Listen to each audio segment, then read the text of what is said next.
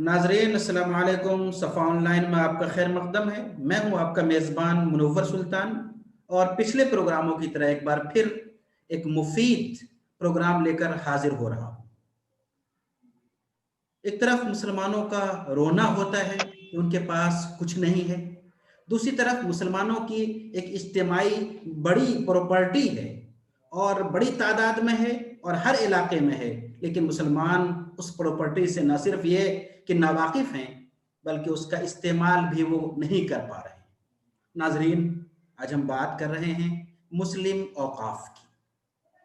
न सिर्फ हर रियासत, हर सूबा, बल्कि शहरों में और गाँव में भी हमारे अजदाद ने मुसलमानों की इज्तिमाई तरक्की के लिए, मजहबी कामों के लिए बड़ी तादाद में औकाफ यानी वक्फ प्रॉपर्टी है इन कामों के लिए। इन औकाफ का अगर सही से इस्तेमाल किया जाए तो ख़ास तौर पर मुसलमानों की तालीमी सूरत हाल और माशी सूरत हाल बहुत बेहतर हो सकती है। लेकिन अफसोस इस जानिब तवज्जो नहीं है। लेकिन ऐसे लोग मौजूद हैं हमारे दरमियान जो इन चीज़ों पर गौर करते हैं, सोचते हैं कि कैसे औकाफ का इस्तेमाल किया जाए मुसलमानों के इज्तिमाई निज़ाम के लिए, मिल्ली तरक्की के लिए। उन्हीं लोगों में, उन्हीं सोचने वालों में एक नाम जनाब जावेद अहमद साहब का भी है। हम जावेद साहब का खैर मकदम करते हैं अपने प्रोग्राम में। वो औकाफ के लिए, इसी तरह मुसलमानों की से मुताल्लिक़ दीगर मामलात में भी सोचते हैं, गौर व फ़िक्र करते हैं और बेहतरी के लिए कोशिश करते हैं। तो आज हम उनसे बात करेंगे और समझेंगे कि मुस्लिम औकाफ के जो तहफ़्फ़ुज़ का मसला है, बहुत बड़ा मसला, उसके बारे में उनके पास क्या खाका है। इसी तरह औकाफ का इस्तेमाल तालीमी उमूर के लिए, इक़्तिसादी बेहतरी के लिए किस तरह कर सकते हैं। तो आइए मिलते हैं जनाब जावेद अहमद साहब से। सर, बहुत-बहुत खैर मकदम है सफ़ा ऑनलाइन की तरफ से। शुक्रिया।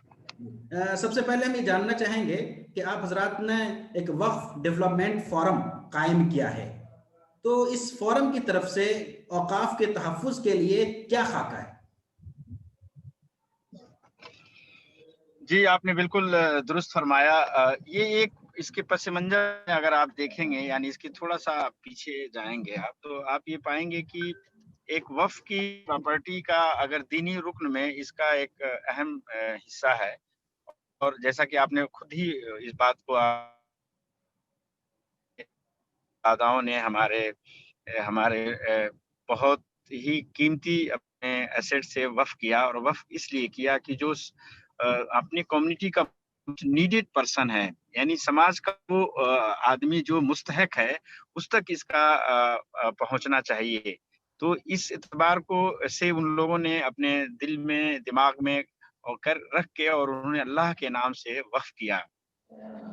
आप जो सूरत-ए-हाल है कि वो जो हिंदुस्तान के आप पस-ए-मंज़र में देखेंगे, तो 2 हिस्सों में इसको बाँट के देखना मुनासिब होगा कि एक हिस्सा जो है ज़मीन के रख-रखाव का गवर्नमेंट का जो रवैया है, और एक जो खुद गवर्नमेंट ने आपको अमेंडमेंट बिल, यानी पार्लियामेंट बिल के ज़रिए आपके प्रॉपर्टी को तहफ़्फ़ुज़ और हिफ़ाज़त के लिए उन्होंने कायदे और कानून बनाए, और आपको ये ज़िम्मेदारी खुद दे दी गई कि आप इसकी देखभाल करें, और आप ही इसके बेहतर मैनेजमेंट भी रखें, और इससे जो फ़ायदा हो उन मोस्ट नीडेड, मैं वर्ड इसलिए मोस्ट की बात कर रहा हूँ कि उन लोगों ने इस नियत से ही उसको वक़्फ़ किया था कि इसका अज़्र और इसका जो फ़ायदा है, जो समाज के बिल्कुल आखिरी पायदान पे जो खड़ा है, उस तक जी। पहुँचना था।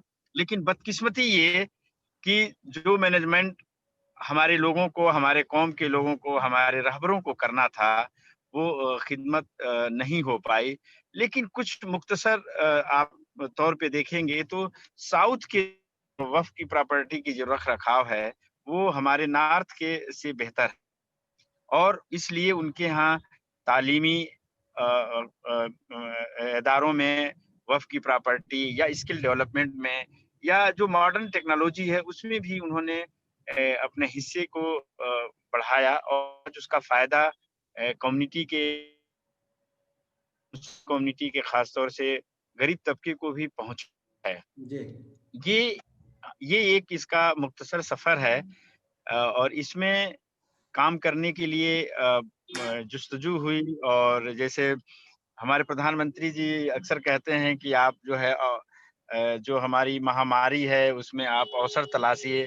तो हमारी भी एक टीम जो है साउथ की और नॉर्थ की कोविड में जैसे हम अभी आपसे आप ज़ूम पे बात कर रहे हैं, इस तरह हम लोगों ने कई प्रोग्राम किए और हम लोगों ने अपने प्रोग्राम को साझा किया कि नॉर्थ में अगर साउथ में हो सकता है तो नॉर्थ में क्यों नहीं हो सकता है। तो इसी को आगे बढ़ाते हुए जो तजर्बात हासिल हुए, तो हम लोगों ने दिल्ली में भी इसके पहले से भी काम हमारे साथी हैं शाहिद अली साहब, वो काम पिछले 10 साल से कर रहे हैं। हाई कोर्ट में वो वकील हैं। इसी तरह से नॉर्थ में ख़ास तौर से उत्तर प्रदेश में इसमें कोई काम अ, मुख्तसर इनफ़रादी तौर पे हो रहा होगा, लेकिन इज्तिमाइयत तौर पे कोई बेहतर कोशिश नहीं हुई। तो इसमें हमारे खालिद भाई और काफ़ी तजर्बेकार हैं इन चीज़ों के बारे में। फिर हमारे और सीनियर हज़रात से इस पे हमने बात की और लखनऊ में हमने वक़्त इस पे दिया। हमारे फिरंगी महल इमाम ऐशबाग के उनसे भी हमने इस पे अपनी बात की। फिर हमने कल्बे जव्वाद साहब से बात की और भी जो हमारे स्पिरिचुअल लीडर हैं, मुस्लिम लीडर हैं, डिफरेंट डिफरेंट पार्टी में वो अपनी क़यादत में हैं और हमने एक consensus develop then we have decided कि हमें एक बैनर के तले काम करना होगा और हमें बहुत ही इज्तिमाइयत के तौर पे संजीदगी से काम करना होगा। काम ये लंबा है, काफ़ी इसमें रिसोर्स और वक़्त की ज़रूरत। तो एक वक़्त डेवलपमेंट फोरम की बात हमारे इमाम साहब की तरफ से इसको रखा गया। इसके में एक मीटिंग रखी गई 31 दिसंबर को, जिसमें हमारे सीनियर हज़रात और काफ़ी ज़िम्मेदार लोग लखनऊ के जो लोग बढ़-चढ़ के हिस्सा लेते हैं, वो लोग तशरीफ़ लाए और इस पे वक्फ बोर्ड के चेयरमैन और एग्ज़ीक्यूटिव ऑफ़िसर भी थे बोर्ड के और सब लोगों ने अपने रद्द-ए-अमल को और अपने चीज़ों को शेयर किया और उससे ये तय पाया गया कि नहीं, we should start and do something क्योंकि ये एक और आंकड़ा मैं पेश करना चाहूँगा कि पूरे हिंदुस्तान में एक जो प्रॉपर्टी है तकरीबन 6 लाख के आस-पास है, जिसमें सिर्फ़ और सिर्फ़ उत्तर प्रदेश की 1,60,000 के आस-पास है और ये कहीं इसकी तादाद ज़्यादा होगी क्योंकि 1985 से और 1987 के बीच में जो सर्वे हुआ वफ़ का, उसके बाद कोई कम्प्रिहेंसिव सर्वे नहीं हुआ। तो ये रिकॉर्ड बहुत पुराने हैं। तो इससे आप अंदाज़ा लगा सकते हैं कि 20% के आस-पास जो है आंकड़ों में, फिगर में फ़र्क होगा। ये जनाब हम जी। ये आपसे समझना चाह रहे थे कि जो आप हज़रात ने वक्फ डेवलपमेंट फोरम बनाया है, तो उसके तहत क्या करना चाहते हैं? किस तरह औक़ाफ़ का तहफ़्फ़ुज़ आप करेंगे?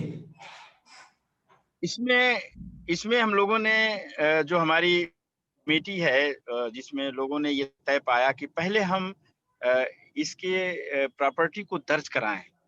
3 तरह की प्रॉपर्टी पाई जाती है जिसमें एक तो हमारी प्रॉपर्टी ऐसी है कि पहले से दर्ज है जिसका मैंने आपको एक फिगर दिया। जी, एक ऐसा है कि रेवेन्यू रिकॉर्ड में तो दर्ज है, जी, लेकिन वक्फ बोर्ड में नहीं है। प्रॉपर्टी है जो दोनों में ये फ़िक्र की बात है कि अगर आप आप लोग यानी हमारे लोग यानी हम में से लोग जो लोग बरसत है, अगर इसको नहीं करके इसको अमली जामा पहनाएँगे, तो ये खुर्द-बुर्द हो जाएगी और इसकी हम पे आती है।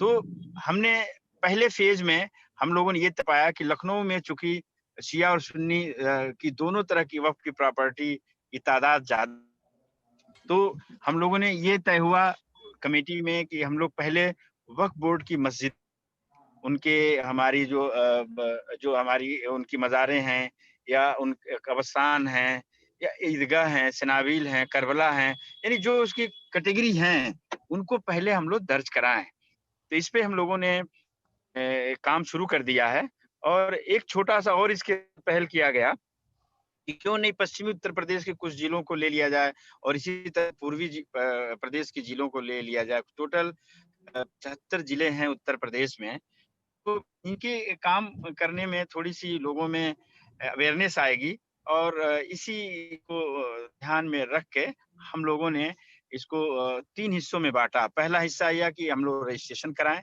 और रजिस्ट्रेशन कराने के लिए लोगों को में अवेयरनेस पैदा करें और उनमें किसी तरह की तकलीफ और दुश्वारियाँ हो रही हैं, तो ये फ़ोरम जो है बेलोस यानी बिला किसी तरह का इंटरेस्ट और किसी तरह का इसमें मतलब इंटरेस्ट इन्वॉल्व नहीं है कह सकते हैं आप। सिर्फ़ और सिर्फ़ जो है उसको एनरोल कराने, रजिस्ट्रेशन कराने और उनके जो कागज़ी मसौदों में कोई कमी है, कोई डॉक्यूमेंट में कमी है, उससे ईज़ आउट किया जा सकता है यानी आसान किया जा सकता है। तो इससे एक हमारा एक डॉक्यूमेंटेशन होगा। फिर जो हमारे रिमेनिंग जो 73 74 डिस्ट्रिक्ट्स हैं, उसमें हम इसको बेहतर तरीके से लागू कर सकते हैं। तो जनाब जावेद साहब, औकाफ का इस्तेमाल, जैसा कि आपने कहा है कि बड़ी प्रॉपर्टी है, और अगर हम केरला की बात करें, हैदराबाद की बात करें, ख़ास तौर पर गुलबर्गा की बात करें, तो औकाफ को लोगों ने एक तालीमी इदारों में गोया कन्वर्ट कर दिया है और मिल्लत को बड़ा फ़ायदा हो रहा है। लेकिन ये रुझान बेशक। आज भी आम नहीं हो पा रहा है। इसकी वजह क्या है? जैसा कि मैंने आपको कि इसके पीछे 2 वजह है। एक वजह ये कि हिंदुस्तान में जब आज़ादी के बाद जो उसमें एक लैंड सर एवोल्यूशन एक एक्ट मिनट, लागू आप हुआ। अगर मोबाइल को सही कर लें, आपका फोटो कट रहा है जरा सा, अब जरा मोबाइल को फिक्स कर दीजिए, ठीक है। आपका चेहरा कट जा रहा है बार बार, तो बेहतर हो जाता।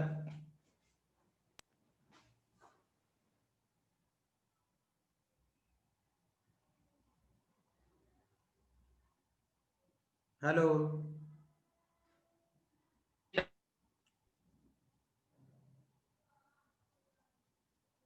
आपकी आवाज अब रुक देख गई है। सकते हैं? जी, अब सकते ठीक है। हैं। जी कंटिन्यू तो कीजिए।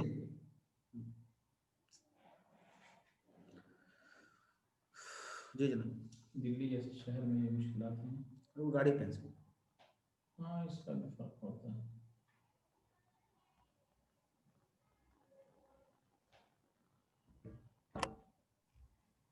आ रही है? जनाब आवाज़ आ रही जी अभी आपका वीडियो शो नहीं हो रहा है। अब आ रही है आवाज़? आवाज आ रही है, वीडियो शो नहीं हो रहा है आपका। जरा अपने वीडियो पे क्लिक कीजिए।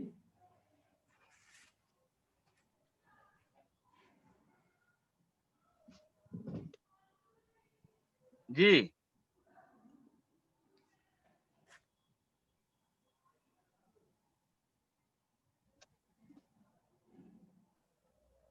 मोहतरम आपका वीडियो नहीं शो हो रहा है। अभी आ रही है? आवाज आ रही है, वीडियो नहीं आ रहा।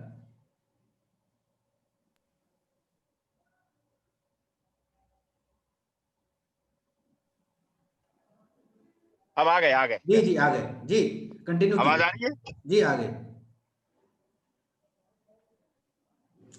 तो जो यहाँ के ज़मीनों का रख-रखाव था, जो रिफ़ॉर्म के जैसा मैंने बताया आपको कि एक लैंड रिकॉर्ड आवाज़ आ रही है? जी आ रही है। जो यहाँ का रख-रखाव था नॉर्थ में, ख़ास तौर से जो ज़मींदारी उन्मूलन एक भारत सरकार लगाया गया आज़ादी के बाद, जो सबसे ज़्यादा इफ़ेक्टिव था, वो उत्तर प्रदेश।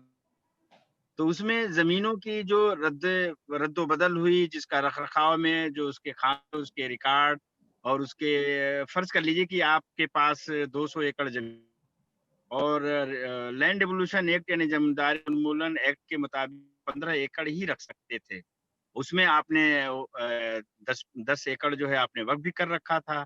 तो सरकारों ने उसको जो है अपने पास रखा और उसका कोई मतलब एक तरह से मुआवज़ा होता है, मतलब उसको उसी रिकॉर्ड में उसी उसी वक़्फ़ को उसी तरह से उसको इंटैक्ट रखा जाए, ऐसा नहीं हुआ।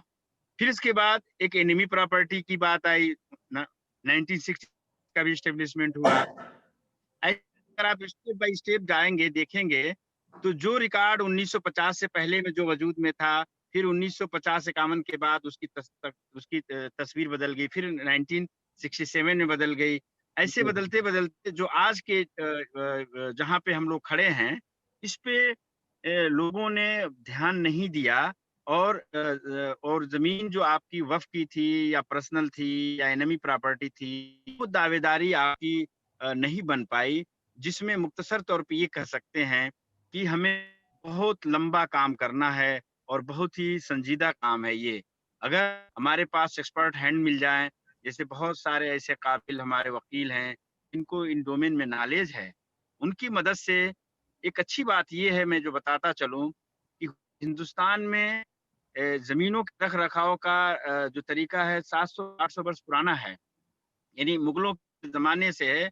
अकबर ने बहुत बेहतर तरीके से इसको मतलब उसको इंतज़ाम रखने की बात हुई। अंग्रेज़ों ने इसको बहुत अच्छे से बढ़ाया। आज तक जो लैंड रिकॉर्ड का जो कीपिंग है, जो उसका तौर तरीका है, वो बिल्कुल नायाब और बेहतर तरीका है। इसलिए आप 100 साल पुराना भी अगर रिकॉर्ड देखना चाहें, 200 साल पुराना भी देखना चाहें, तो आपको मिल जाता है। तो इस पे काम करने की ज़रूरत है। इस पे काम नहीं हुआ। जैसे साउथ की बात है, सुल्तान रियासत में 5 ज़मीन जो है वक़्फ़ की गई। लेकिन आज के वक़्त में बचा है। अब ये सवाल बड़ा है कि कहाँ है, किसके है, लेकिन ये क्वेश्चन है और हमारा कहता है जो वक्फ बोर्ड का जो वक्फ एक्ट है कि एक बार वक्फ कर दिया आपने और वक्फ में दर्ज हो गया, तो वक्फ ही रहेगा, ना वो बेच सकते हैं, ना खरीद सकते हैं, ना उसकी टाइटल बदल सकती है।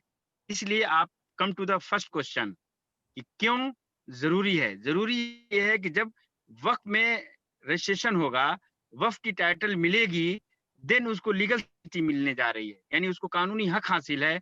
Nobody can sell, nobody can purchase, title change नहीं हो सकता। इसलिए इसका पहला रुकन जो है रजिस्ट्रेशन की तरफ से रखा गया। जैसा कि मैंने आपको बताया, ये बहुत ही कम्प्लीकेटेड वर्क है। बहुत ही बड़ी जमात और टीम की ज़रूरत है, जिसमें आप, हम जैसे लोगों का एक नुमायाँ रोल हो सकता है। और ये कैसे होगा? अवेयरनेस से होगा।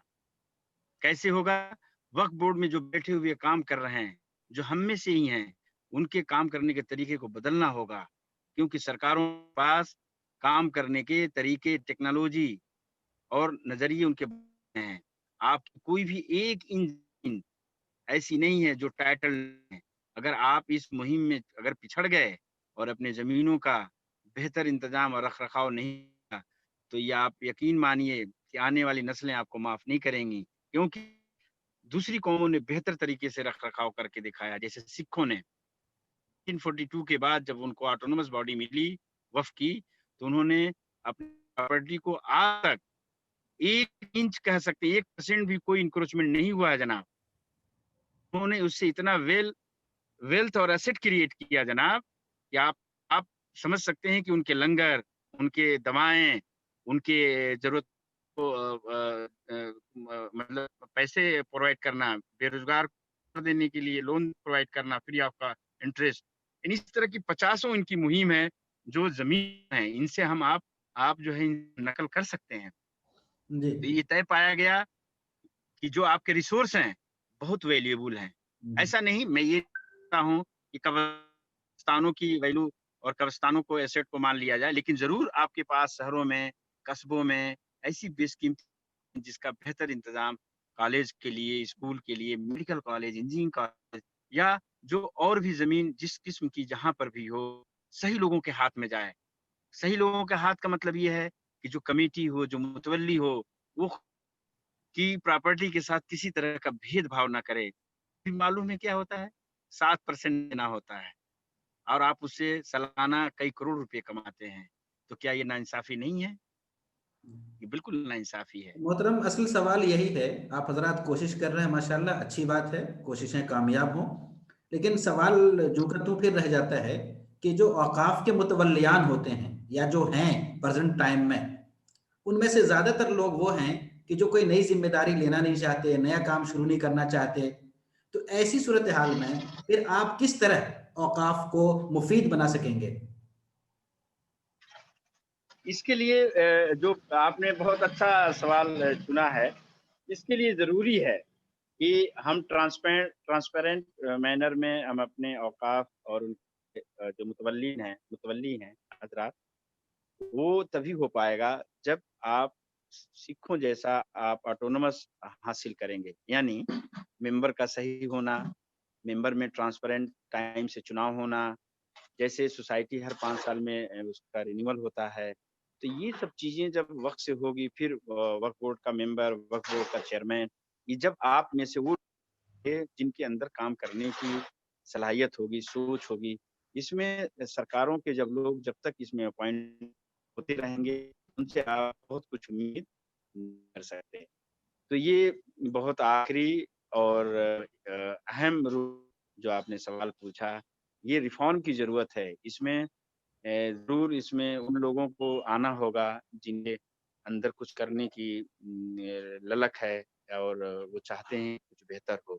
हम आप मोहतरम, एक सवाल इसमें और हम आपसे जानना चाहेंगे। तकरीबन अक्सर सूबों में वक्फ कमेटी मौजूद है, और बाज़ जगहों पे तो सिया औकाफ अलग हैं, सुन्नी औकाफ अलग हैं। लेकिन ये जो बोर्ड है, वक्फ बोर्ड हैं या कमेटियां हैं, ये औकाफ के तहफ़्फ़ुज़ में बड़ी हद तक नाकाम नज़र आते हैं। ऐसा क्यों है?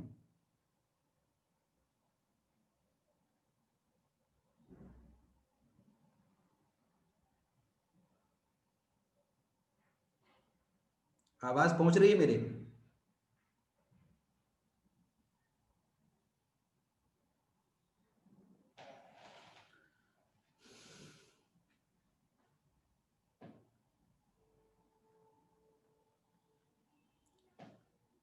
आपकी आवाज़ रुक गई है।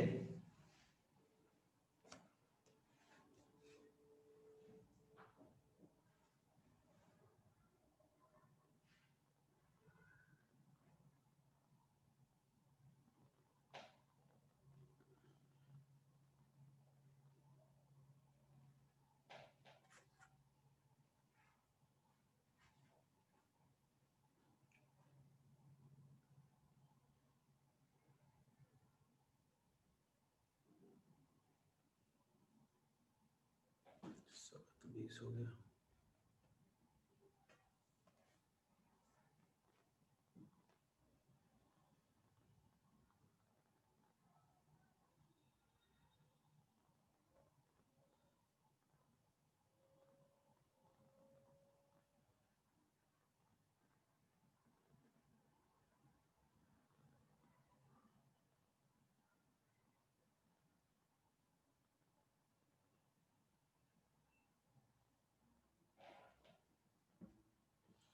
डिस्कनेक्ट हो गए, देखिए। आदमी तो आना है।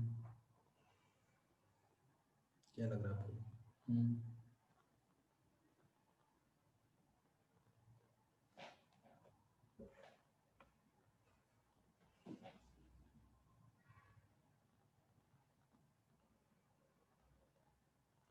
मफलर लगा दिया है। पिछले एक इंटरव्यू में नहीं लगाया था, इतनी सर्दी लगी। मैं कहा जाते जाते वो बुखार से कंटिन्यू ऐसे बैठना 15-20 मिनट, तो मज़ा आ गया। तो मैंने कहा थोड़ा ख़राब ही लगेगा, और क्या। नहीं, खराब नहीं। सर्दी है।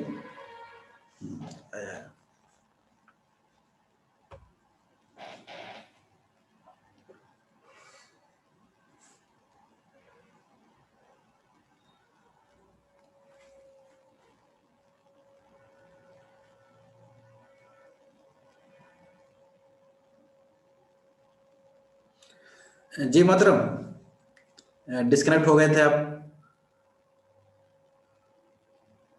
आवाज़ पहुंच रही है मेरी?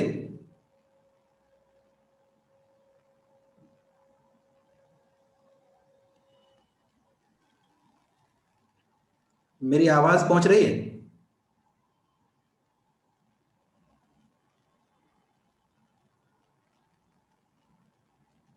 आपकी आवाज़ नहीं आ रही है।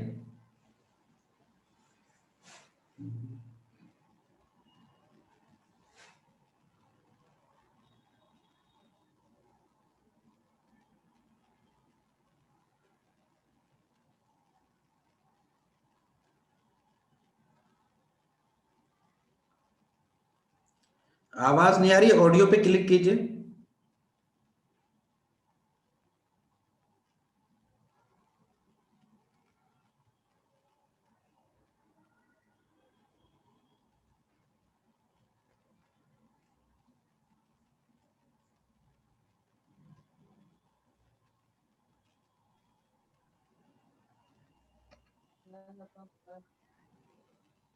आ रही आवाज?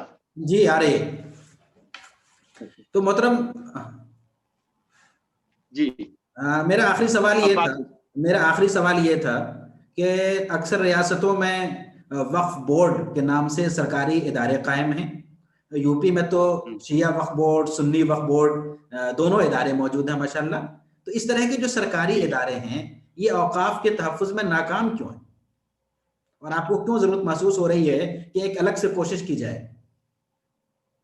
ये जो इसकी दो सबसे बड़ी वजह लगती है। एक वजह ये, जैसे मैंने बताया कि गवर्नमेंट ने अपने मुताबिक लोगों को चुन लेती है, जी फिर वो उन्हीं के माउथ स्पीकर होते हैं, जी उन्हीं के तौर तरीके में वो शामिल हो जाते हैं। उनको इस बात का इल्म नहीं है कि हम जिस प्रॉपर्टी और जिस डिपार्टमेंट के काम के लिए हमें यहाँ पे मुंतखब किया गया है, वो एक अहम जिम्मेदारी है। अब ये क्यों है? अगर हमने मदरसों को, कॉलेजों को और अपने दीनी इदारों को ये बताया होता कि वक़्फ़ की वाक़ई अहमियत क्या है हमारे दीन के एतबार से, फिर सामाजिक एतबार से, अगर इन चीज़ों की इल्म होती वहाँ पे, और वहाँ के जो स्टाफ हैं, आप उनसे कभी मिल के देखिए, उनको नहीं लगता है कि कोई एक बहुत ही अहम मसौदे के या अहम ज़िम्मेदारी के काम पर हैं वो। वक्फ बोर्ड की जो कारगुज़ारी साउथ और नॉर्थ में साउथ और इधर नॉर्थ में है, उसमें मेजर फ़र्क 2 है। एक फ़र्क ये है कि साउथ के लोगों के पास बहुत प्रॉपर्टी का खुर्द-बुर्द नहीं पाया गया। इसलिए नहीं पाया गया कि लैंड डेवोल्यूशन एक्ट वहाँ नहीं लागू हुआ, जमींदारी उन्मूलन एक्ट वहाँ नहीं लागू हुआ। तो जैसे की तैसे की स्थिति में जब मिली और वहाँ पे लोगों ने पिछले 25-30 साल से काम बेहतर किया है, 40 साल कह सकते हैं, इदारों को एस्टेब्लिश किया, दीनी इदारों को बनाया, और उन्होंने इंजीनियरिंग कॉलेज, मेडिकल कॉलेज बनाया और टेक्निकल हब से जोड़ा, तो वो जो उनकी लैंड की जो वैल्यू थी, वो सही इस्तेमाल हुई और कम्युनिटी के पास सही तरीके से पहुँचा। नॉर्थ में आप देखेंगे आप, यहाँ पे सियासी हुक्मरान और सियासी लोगों का दखल ज़्यादा रहा।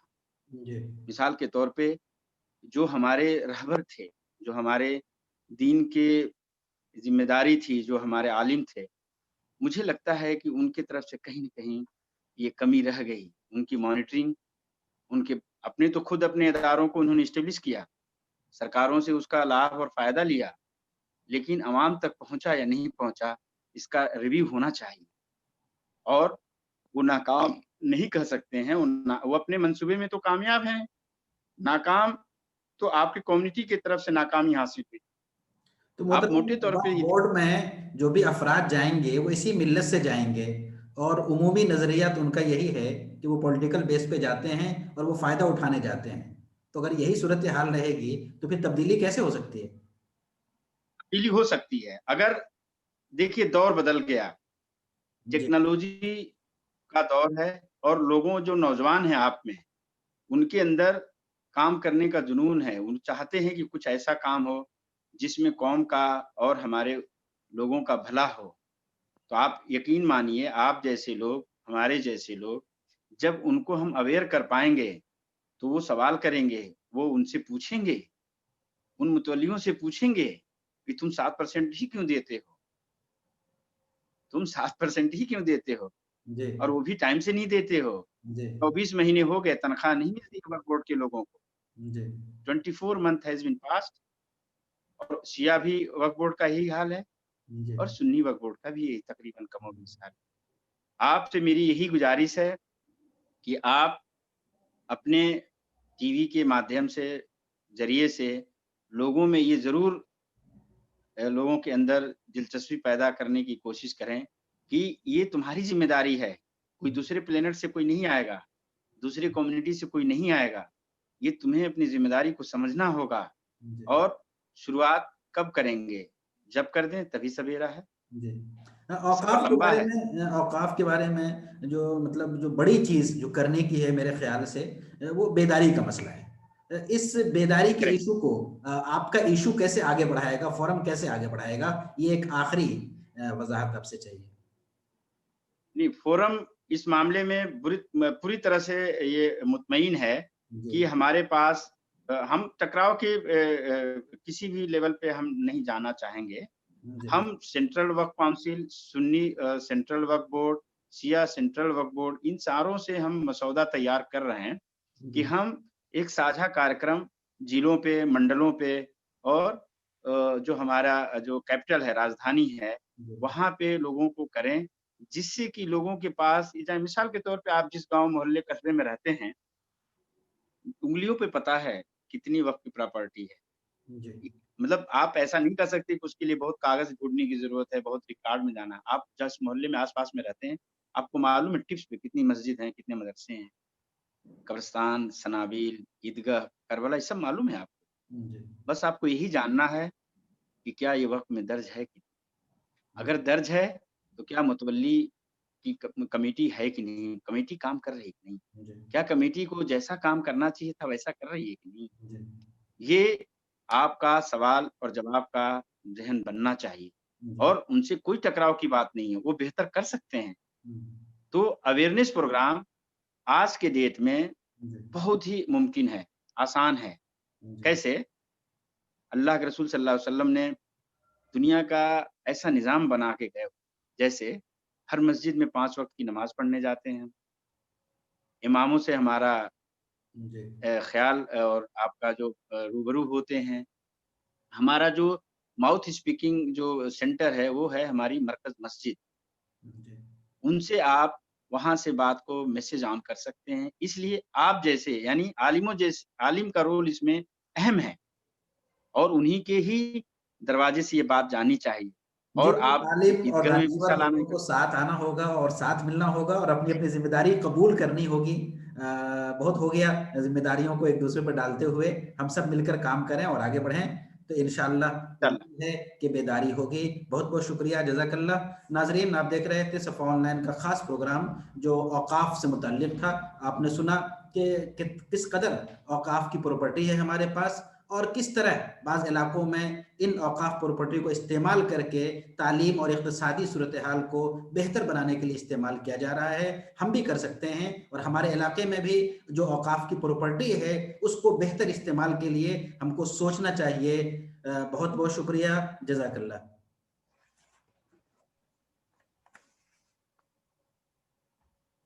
शुक्रिया।